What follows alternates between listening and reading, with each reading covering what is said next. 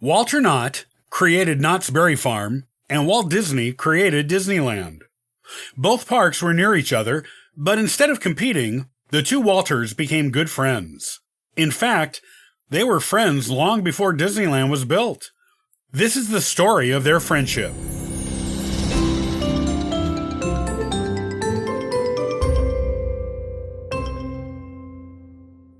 The friendship between Walter Knott and Walt Disney is a tale of how two men named Walter turned Orange County, California into the premier theme park area in the state, and also how they influenced each other's theme parks in several different ways.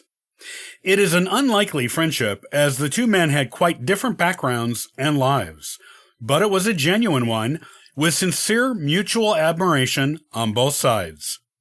Together, these two men created something beautiful, a part of California that placed its firm focus on the family and making entertainment that was appropriate for all ages, so all generations could enjoy it together. When Walter Knott began turning his roadside berry stand and restaurant into a theme park attraction in earnest in 1940, his park today is considered America's first theme park. A man with a successful cartoon animation company named Walt Disney was one of his biggest supporters. Disney was absolutely fascinated by how long people were willing to stand in line just to eat dinner at Knott's restaurant and have a look at his makeshift ghost town replica. Knott's attraction was a lesson in how Disney wanted to do things going forward, as he already had the idea for Disneyland, though construction on it wouldn't begin for more than a decade from the time Knott started the beginnings of his park. Disney made an overture of friendship to Knott, not only to learn from him, but because he genuinely liked the man. Knott liked Disney in return, and a friendship between the two men formed fairly quickly after their first introduction. The two men would take their wives out swing dancing and antique shopping together as a foursome. The two Walters also came into contact with each other in a business setting, as both men were on the planning council for the Children's Hospital of Orange County.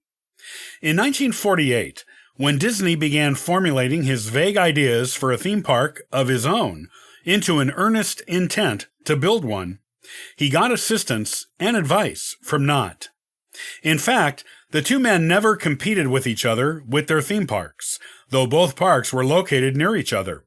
Instead, they not only helped each other, they also came up with joint ideas on how to best serve their potential customers. In 1952, Knott invited Disney and Disney's wife, Lillian, to be his special guests at the opening of his Calico Railroad ride at his theme park. Disney used the inspiration he received from Knott's railroad for the building of his own railroad at Disneyland. There were several other attractions of Knott's that inspired Disney for his own park, which opened in 1955. Knott's Butterfield Stagecoach Ride inspired Disney to build the Rainbow Mountain Stagecoach Ride for the opening day at Disneyland. Knott's Ghost Town was the inspiration for Disney's Frontierland.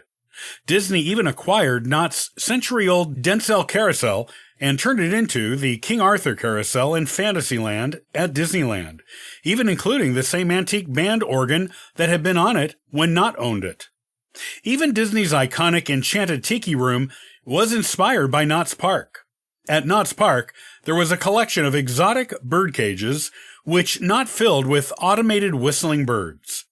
These simple automated bird figures were the inspiration for the style of robotics Disney used in his park that eventually became known as animatronics. In fact, animatronics are now a standard feature at most theme parks around the world, and this beloved feature can be traced directly back to Walter Knott.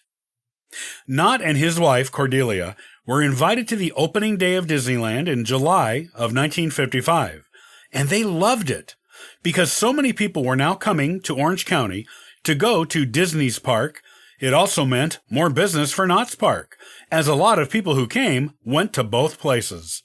In fact, the first 2 years that Disneyland was open were the best, financially, for Knott's Park up to that point. When Knott opened his first real premium experience ride at his park in 1960, the Calico Mine Ride, Disney loved it. He found the work of the designer, Wendell Bud Hurlburt, so clever, with the way the line for the ride was mostly hidden by the mountain's facade. This design made the line to the ride look shorter than it was, and also made waiting in line part of the attraction. Disney was quick to incorporate these ideas into his own park, adding them to the newest rides there as they were designed. In fact, Disney began visiting Knott's Park more often after this, not only to visit with Knott, but to talk to Hurlburt to brainstorm new ideas with him. The two Walters remained excellent friends until Disney crossed to the other side in 1966. Yet, even with Disney's leaving of this earthly plane, the relationship between the two parks remained as strong as ever. Knott displayed a guest book with Disney's signature in it in a frame at his park. Disneyland sometimes borrowed parts from Knott's Park when its own rides, particularly the carousel, would break down and need repairs.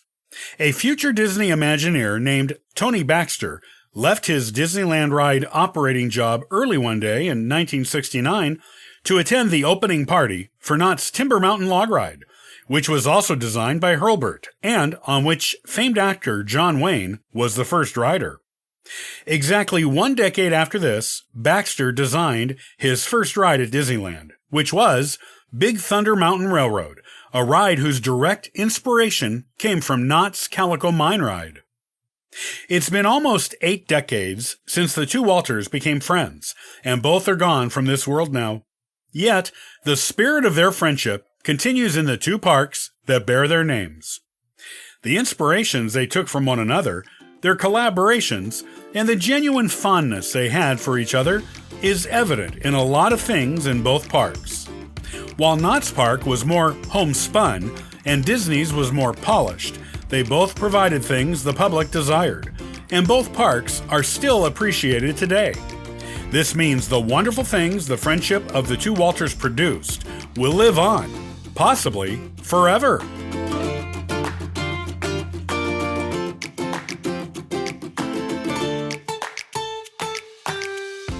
Hey, I love collecting postcards as a way to inspire my adventures and to share memories with family and friends.